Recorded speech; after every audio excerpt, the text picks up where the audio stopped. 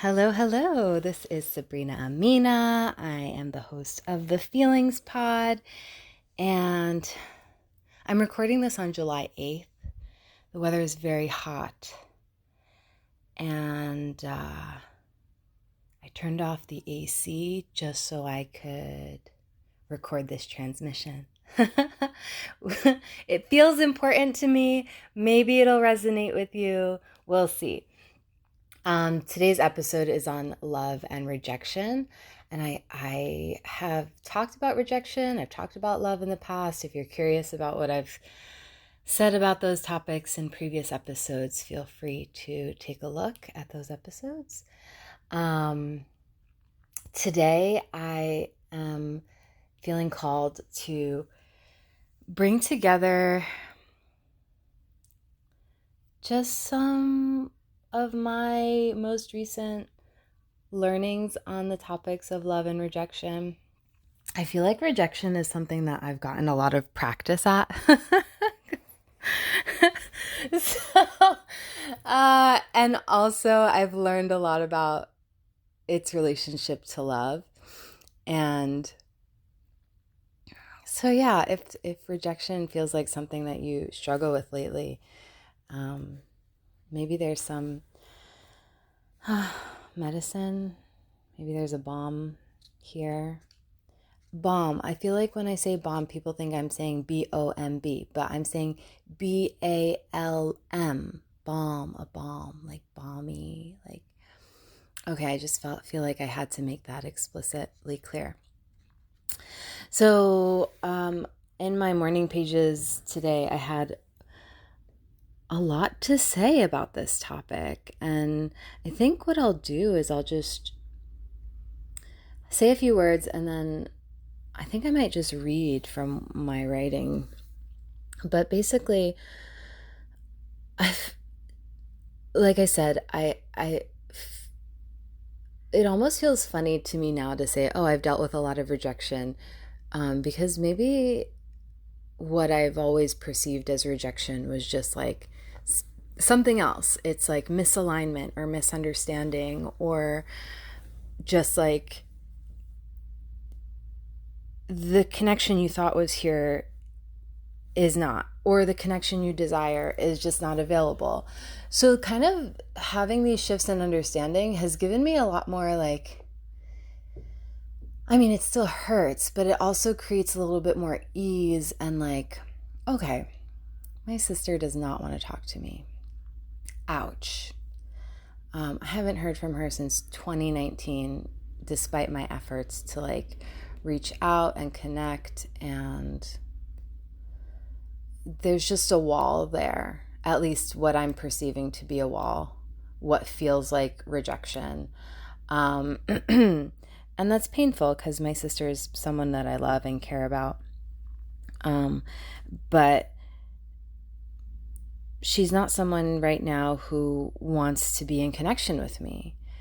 And so the loving piece that I'm practicing is like honoring her sovereignty, honoring that she knows what's best for her, and honoring that like what she feels is best for her right now is not being in connection with me right now. But in the past, and I think what a lot of us do with rejection is like we make the other person wrong somehow. Like we make them the enemy or the victim. But then like what happens to the love? Like you said you love this person. I thought I loved this person. How can I have these like feelings of like malice and rage and hatred toward this person just because they're not loving me or looking at me or paying attention to me in the way that I want them to? That seems a bit tyrannical to me. And I think in a lot of my relationships, I've been quite the tyrant. I've said, I love you, so this is what you have to do. And the fact of the matter is, no one owes you a reciprocal love. No one owes you the specific, quirky, freaky, weird, idiosyncratic way that you like to be loved. Ouch, right? Like, ouch, that hurts. Like, you mean the people I love aren't supposed to, like, aren't obligated to love me in the way that makes me feel like my most beautiful, radiant, adored self? No. No. No. um Actually, and to think that they do and to insist that they do, you know, is kind of a bit of a narcissistic trait.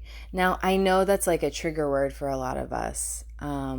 So I'm not telling anybody, I'm not like, it's normal and natural to want love reciprocated. It's normal and natural to want to be loved in the way that you want to be loved. But if all of a sudden you're not in a, if you can't love someone, if they're not loving you in the specific way that you want to be loved, and all of a sudden like you're just like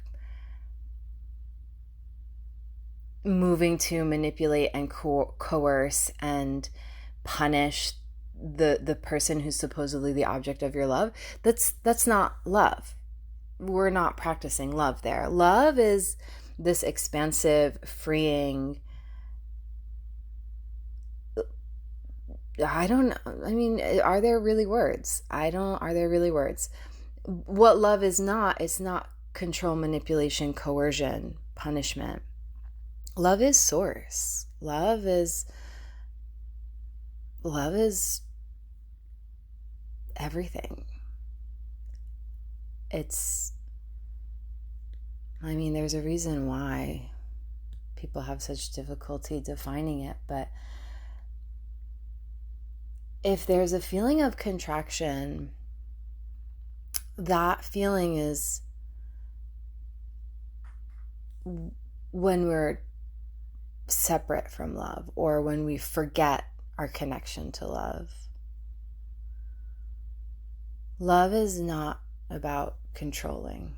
Love is not about placing heavy expectations on the people that you love. What's loving is allowing people to be just as they are.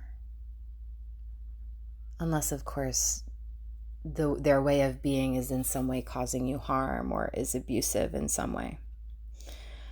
But otherwise, a lot of the pain we experience, or that we attribute to love, is actually our disconnection from love.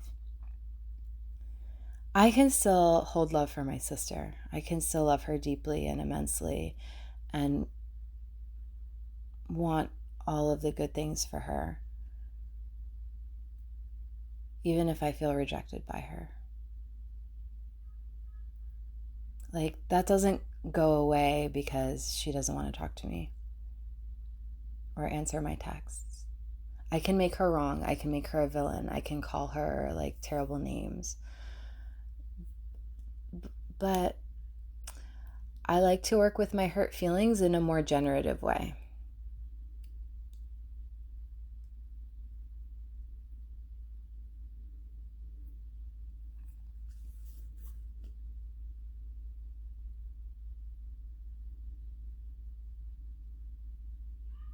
I might not understand the reason why this person can't be in connection with me, but I don't need to understand it to take full ownership of the love that I have and experience, the care that I have. I don't have to understand why someone I care about doesn't want me in their life. I had another experience where I offered my friendship to someone I love and care about, and this person is not available to be in friendship. And that hurts, you know? But it's actually more loving to tell someone or make it clear to someone that you don't want to be in connection with them them pretend to be to spare their feelings. I think a lot of us do a lot of things to spare other people's feelings, but we're just causing more harm than good by forcing a connection that doesn't feel true for us.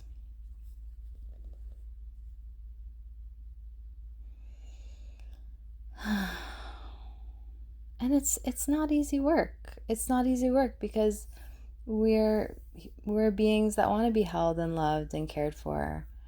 And sometimes the people that we want to be held and loved and cared for by, like, they're not available for that. So how can we turn towards the folks who are available to hold us and love us and witness us and care for us and tell us how amazing we are?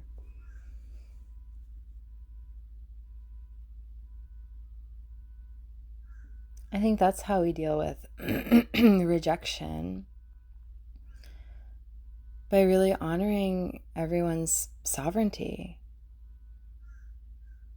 Just because you love someone doesn't mean they owe you shit. So yeah, coming to terms with this realization has been pretty powerful for me. Though it's painful, it really has been empowering in the sense that realizing that no one owes you anything because you love them.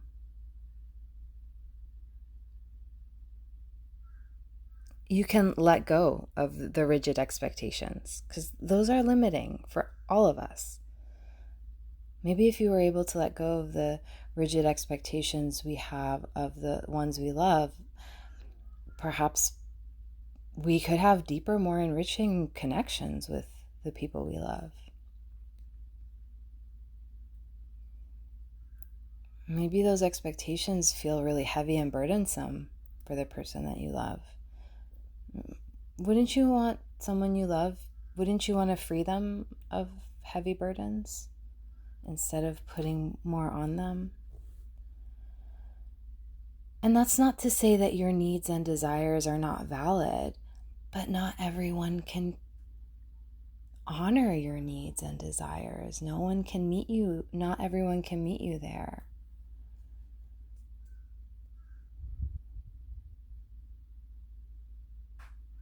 And if you see the person that you love as this person who owes you something, or someone that's you're entitled to something because you love them, I mean, I don't know about you, but that's not a kind of relationship I'd like to be in. I don't want somebody to give me something because they owe it to me. Love is not a debt. Love is something that you give freely and with, it comes from a place of excitement and desire and expansion. It's not something you can wrestle out of someone. And if you're trying to, please stop. Please notice where you're trying to wrestle love out of somebody. And just stop that for a little bit and see how that feels. See if you can hold yourself a little bit better and notice what needs you're trying to get met, and learn more generative ways of finding these connections.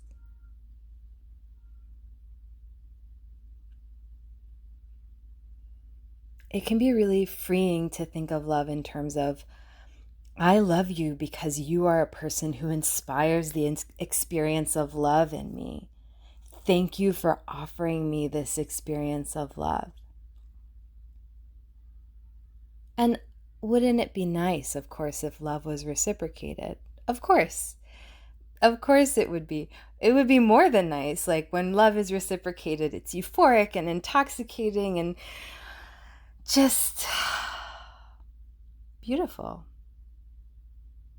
But guess what? We can still be in the practice of experiencing love without placing burden or expectation or obligation on another person to love you back in the very specific way that you want to be loved. When you demand this from the person you love or the people you love, love gets tainted again by like that impulse to control and manipulate, because we throw a tantrum, right? When our inner child like throws a tantrum when we don't get the thing that we want, and then we want revenge, and then we think of, well, if you don't love me back, then I don't love you. And like if love is really that fragile, it's maybe not really love to begin with.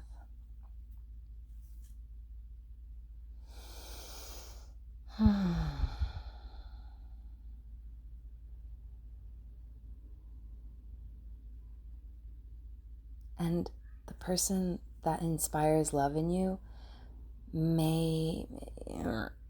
gonna say something that's not gonna feel good to hear, but there might be a person who inspires love in you, but you don't necessarily inspire love in them.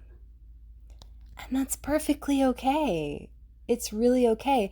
But our humans sometimes get confused about these kinds of experiences and then think, oh, if this person doesn't love me, then it means that I'm not worthy of love. The person I love doesn't love me back, so that must mean I'm a piece of shit. What kind of madness and thinking is that? And no wonder people think love makes us crazy. It's not love that makes us crazy. It's our misunderstanding of love that drives us crazy. It's our thinking that possession and control and manipulation and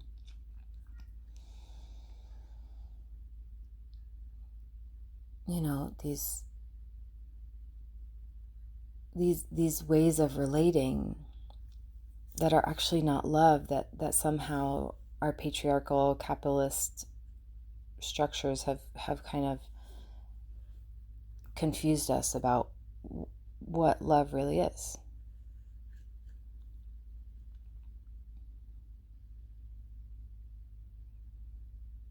So of course we experience pain when we think love gives us the right to control or coerce or dominate or manipulate in any way.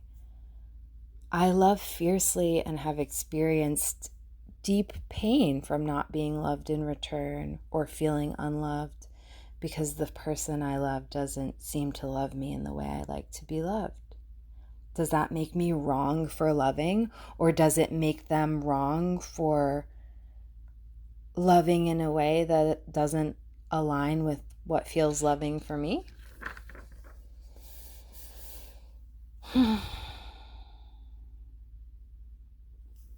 It's really not love that drives us to madness, but our misunderstanding of love that brings us confusion, hurt, and loneliness. It's our separation from love, like true love, that is painful. So how do we practice being in love and embodying love and loving others in a way that's freeing and expansive? Well, this might come as a surprise to you, but I've been using the tools of mindfulness and meditation to learn how to more deeply experience love. So let's get into our practice for today. Find a comfortable seat. And today's practice, we're just going to focus on the heart space, opening the heart chakra, and just really visualizing like the love that emanates from within us, that is ever present. So take a deep breath in, let the eyes rest,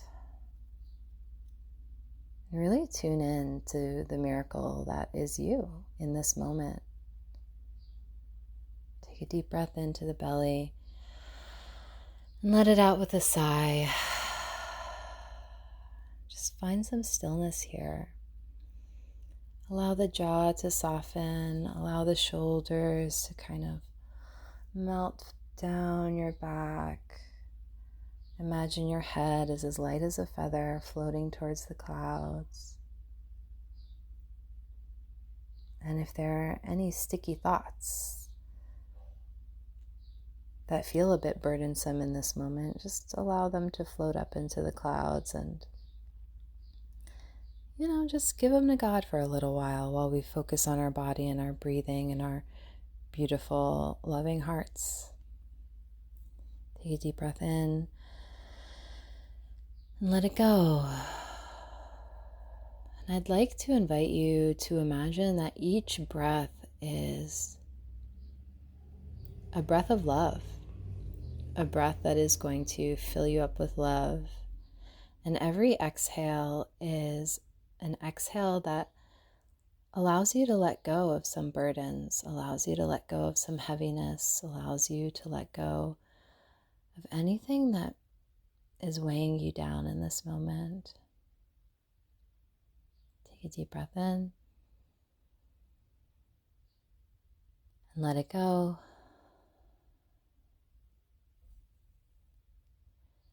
And go ahead and just rub your hands together, create a little bit of warmth between your palms.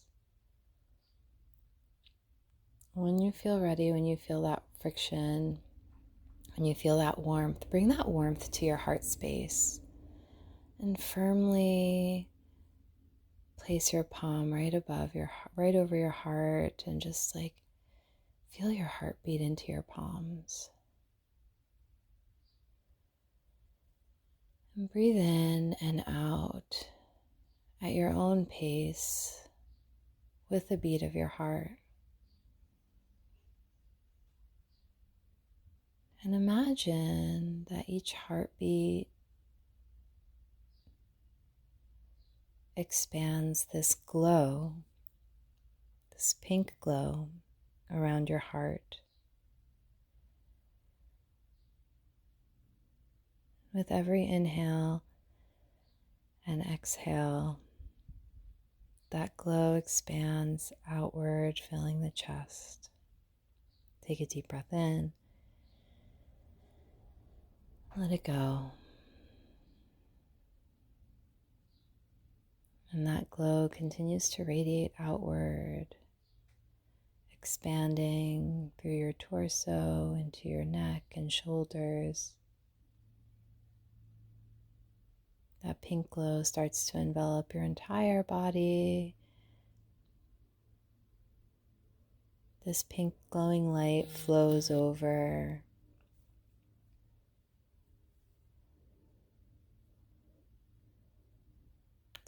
your hips and your legs and your feet.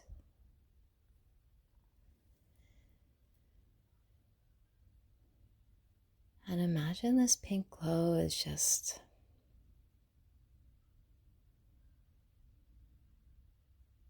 love holding you. Love radiating from your heart space. And allowing you this moment of rest, this moment of wholeness, this moment of remembering the miracle and magic that is you in this moment.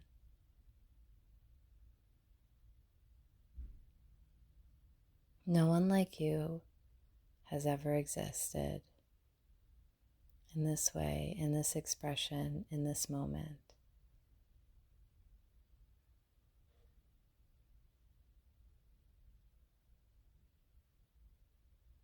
Take a deep breath in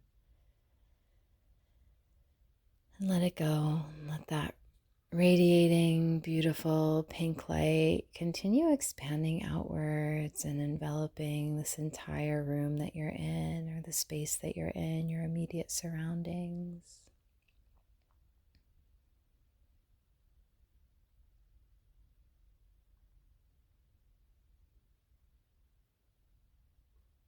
You can rest here in this glow, and if you'd like to continue Imagine allowing that light to keep expanding towards the people you love, the people you feel challenged by, the people you feel neutral towards, the people you don't know and have never met.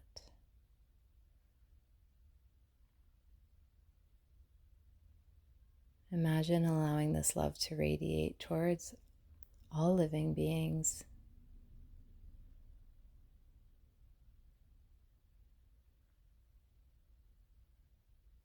Take a deep breath in. Let it go.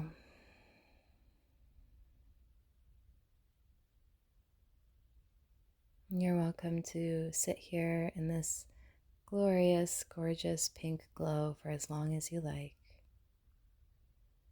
Thank you so much for practicing with me today.